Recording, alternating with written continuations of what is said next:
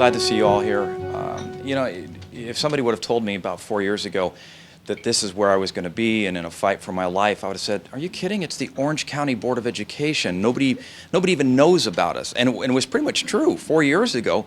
I remember walking precinct after precinct, and I would say, I'm a special ed teacher, I'm a football coach, so on and so forth, and I'm running for the Orange County Board of Education, and almost, I'd say at least about half the people go, "The county has a board?" Yep, we have a board. And so I got a chance to explain kind of, what we do from an appellate, overview for like either expulsions or interdistrict transfers, but also get to review charter appeals. Little did I realize what I was walking into.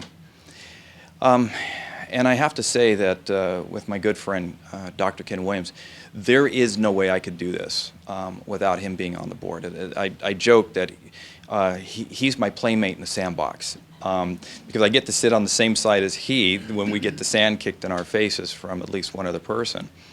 And of course, I'd be remiss if I didn't say thank you to my wife, and he is very true that there is no way I could do this without my wife, and there's other people involved as well, but specifically my wife. So honey, thank you very much. It's been fun in some ways, and people look at me, "Wow, fun?" And I said, yeah, I've really had a chance over the last few years to meet some wonderful people. Mr. Phil, you have been absolutely a blast to get to know, and the other people as well, not only through your charter, but some of the other charters that I've met, such as, say, Vista and Epic, Learn for Life, and there's others, and not to demean anybody else.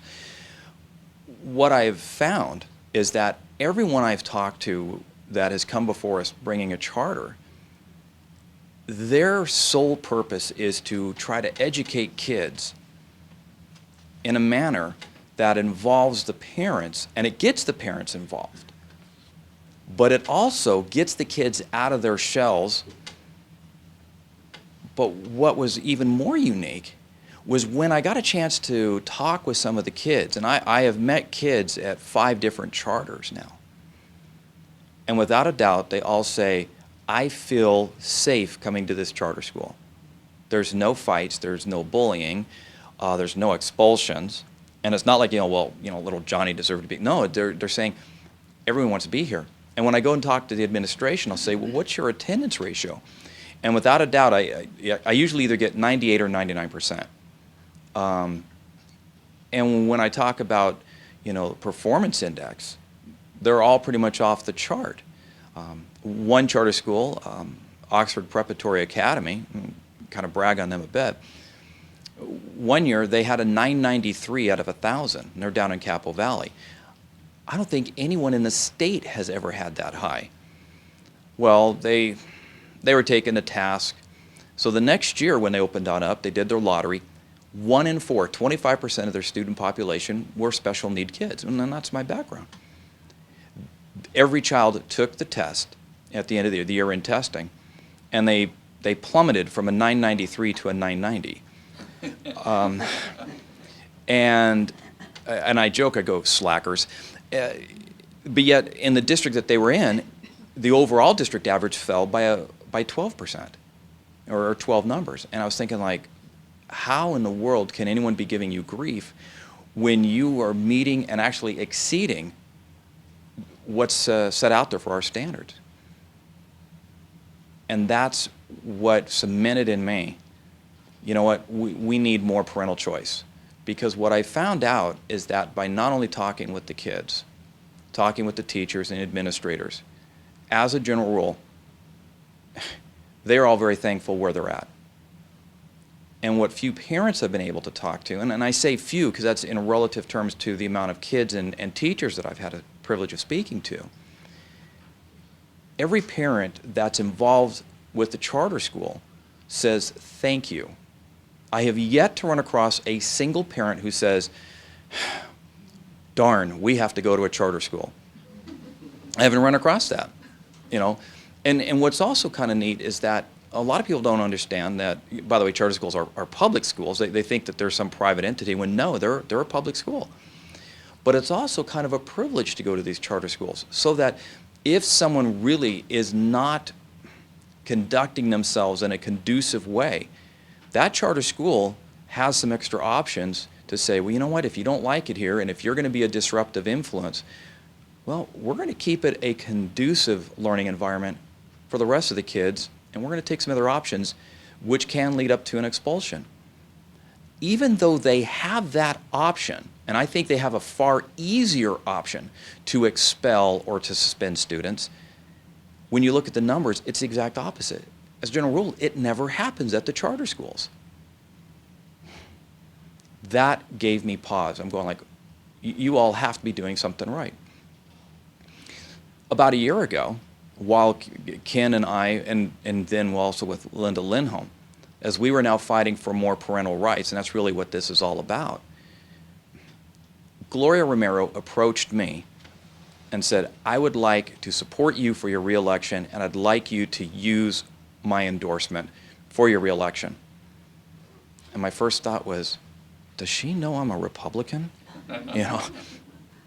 And so we talked, and when it came to, say, parental rights, educational choices, and basically what we call schools of opportunity, she and I are absolutely on the same page. And I really appreciate what Senator Romero has said, and that is, if it's illegal for people to have, say, a higher insurance because they live in zip code A, as it were, but yet if you move to zip code B, you get a lower insurance rate. Why are we forcing kids to stay in a particular zip code, as it were, and forcing them into a school that is a perennially low-performing school? And I said, I have to agree with you. And while talking with Senator Romero, she agreed that, you know what, it is far easier to educate than to incarcerate. And we had a couple of the most wonderful discussions, and I learned quite a bit from the senator. And I felt like at the end of our conversations, we were absolutely on the same page, and what it was empowering families to help better educate their kids. Then a short while later, I ran into former Lieutenant Governor Cruz Bustamante, and it was at a groundbreaking for Magnolia. And I saw the governor there, and I was thinking like, this is great. Here I am in the heart of Santa Ana, and the former lieutenant governor's here. And he walks up to me, and he knew who I was. And I'm thinking like, I'm not sure this is good. Lo and behold, he hands me his information, and he says, Robert, we need to talk. I want to support you for your reelection. Now, at this point, I'm thinking, have I fallen down the rabbit hole?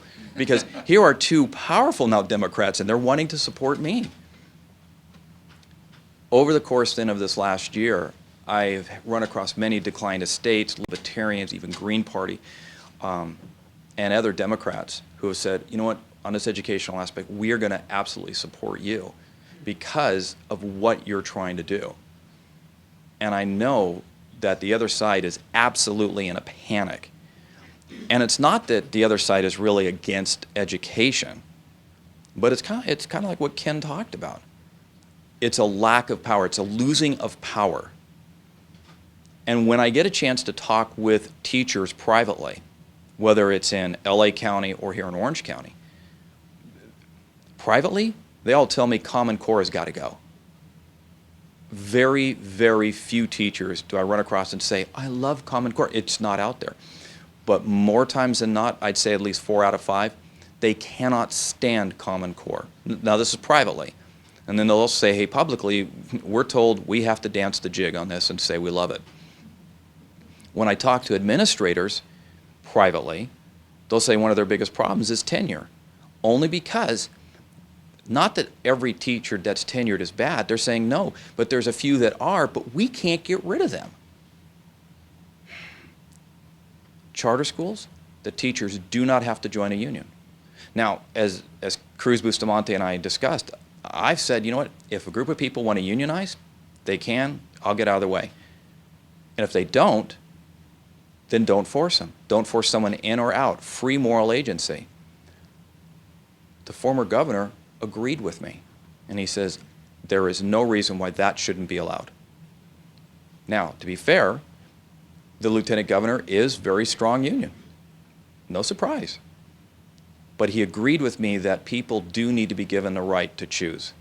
And he says that for him, coming on board supporting charter schools was an easy decision when he saw the results year after year after year for a few years, and he says, you cannot argue with success. And so he and former Senator Gloria Romero have endorsed me, and recently, unbeknownst to me that this was coming, there was a mailer that went out that said, you know, the Democratic choice, and it had both former Senator Gloria Romero and former Lieutenant Governor Cruz Bustamante on there with nice quotes saying why they're supporting me, why Democrats should vote for me. And I do know this is getting some additional Democrats to vote for me. I'll admit, the Orange County Democratic Party wasn't real happy with that going out. And I did get drilled by a few people saying, you know, were you responsible for this? And I went, no. And I said, I had no idea it was coming out. What I didn't share was that I'm not unhappy it came out. So over the last few years, what I have noticed is that a lot of parents are getting involved, which is one of the things that we've always cried about, if you will. We need more parental involvement. Here's a way that it gets done. I'm seeing now kids excel, kids wanting to go, and kids attending no matter what. Again, that's what we want. But I've also noticed at certain places like, say, Samueli Academy, they have a wonderful science and robotic team that's there. Both teachers that are there are basically former NASA scientists. Here you have literally scientists who, to one degree or another, retired, and they said, I want to go help kids. They've been able to get their teaching credential. They then are now doing that. And I think that if we can tap into that and find more people who have been successful in certain aspects, and not just say the science, but people that can teach our kids about financial literacy and other things, you know what? We will become I'd say the dominant education system in the world that helps our kids to be successful. Because if we don't, unfortunately, the rest of the countries out there, they are not going to have a whole lot of sympathy and mercy for us. And it's no, you know, I'm not going to pick on any one country, but you can well imagine a few other countries that are out there. They have no qualms whatsoever in sending their kids here to take the place of our kids, not only at some at the high school level, but a lot at the university level. What the makers of Common Core admitted, and you can YouTube this, I think it's like 1:16 seconds long, in which Dr. Jason Zimba, who helped to orchestrate and write the math standards, states before the Massachusetts State Board of Education that if a child only takes Common Core math, he or she is 2 years behind the rest of the world. And moreover, it actually leads to a prohibition for them being able to apply for credit-bearing courses at the university level. So that means that they have to come in and either go to the JC level, which that's fine, but they have to take some remedial aspects of math and then other things as well. What they're not really sharing with people is that the local universities, well, they still have their incoming freshman classes. I mean, the last I checked, Stanford, USC, Harvard, University of Laverne, it doesn't matter. It's not like they're going to cancel, you know, a particular entrance grade, you know, of freshmen. They are still going to have openings. And when you have people coming from out of the country, and that country is willing to pay out-of-state tuition because there is nobody from in-state because of some of the prohibitions, in essence, enacted, if you will, through Common Core. Well, it doesn't take a rocket scientist, if you'll pardon the pun on that, to understand that these other countries will be very happy to fill the empty seats that our kids are unable to fill. That pushes our kids further behind. And as bad as that is,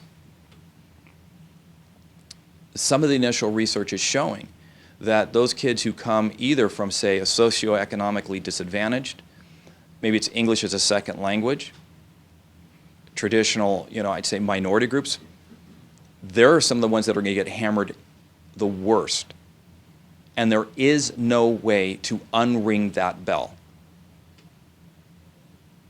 If we're serious about helping all kids, because, and I'll admit, I'm greedy about this, it's a little self-serving, I don't want to be the only one paying for the streetlights to be on. And I also want the next group of kids coming on up to be successful, have jobs, start businesses. I want them paying into Social Security. But the bottom line is, if the more people we have helping to pay into the system, they're going to have more skin in the game, as it were. They're going to want to take better care of things. They're not going to take things for granted. And that trickles down into the future generations to do likewise. And that helps all of us. And I think that that's one of the things we need to severely focus on and stop this encroachment from the other side saying all things are okay even though we hit the iceberg and the name of the ship is Titanic. So I was going to keep it quick and short, and that's kind of what I'm doing. Thank you all for being here. And when we're done here, if you have any questions, I'd love to answer them. And I cannot thank you enough for being here. We have to make some changes, and I think we're on the right path because we are now seeing more charters lining up. And I'll leave you with this last bit. When parents are leaving by droves in the hundreds, and it's not an exaggeration, when I have administrators coming to me and saying, I'm losing 100 or I'm losing 200 kids, and these are the numbers that they share. And they say, I'm losing them to the charter schools because, well, admittedly, the families don't feel safe here, they don't feel safe in the park, and granted, part of that's because of the prison realignment. But they're going to these charter schools, some of which are at churches, and the families are feeling incredibly safe and empowered there. And then they look at me and they go, so what are you going to do to reimburse us, for the money we're losing? And my first thought is, you want to be paid for kids you don't have? I went, that's a great gig if you can get it. Show me where it's being done. We are seeing what I think is the beginning of a wonderful change in education that is simply this. Parents feel empowered, families feel safe, and the kids are wanting to go to school and learn because we're providing options through schools of opportunity. I don't think it can get any more basic than that. We're simply helping kids. Thank you all very much.